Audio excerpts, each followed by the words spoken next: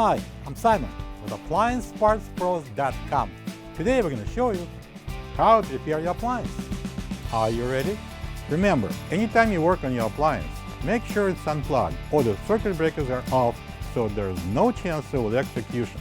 In this video, we'll show you how to replace the burner cap in the GE range. It's going to be a very easy repair. Should only take a minute to show you how to do it.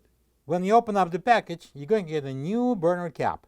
The burner cap covers the burner base, forming the flame into the round shape.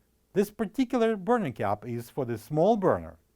The main reason for the burner cap replacement is if the protective enamel is badly damaged or it's simply missing.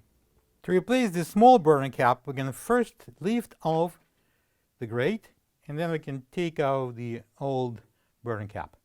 This is the old burner cap next to the new one. If you don't have this part, you can get it from AppliancePartsPros.com.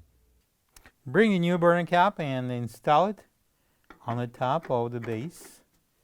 And then we can put back the grate. And now when we're done, you can plug the wrench back in.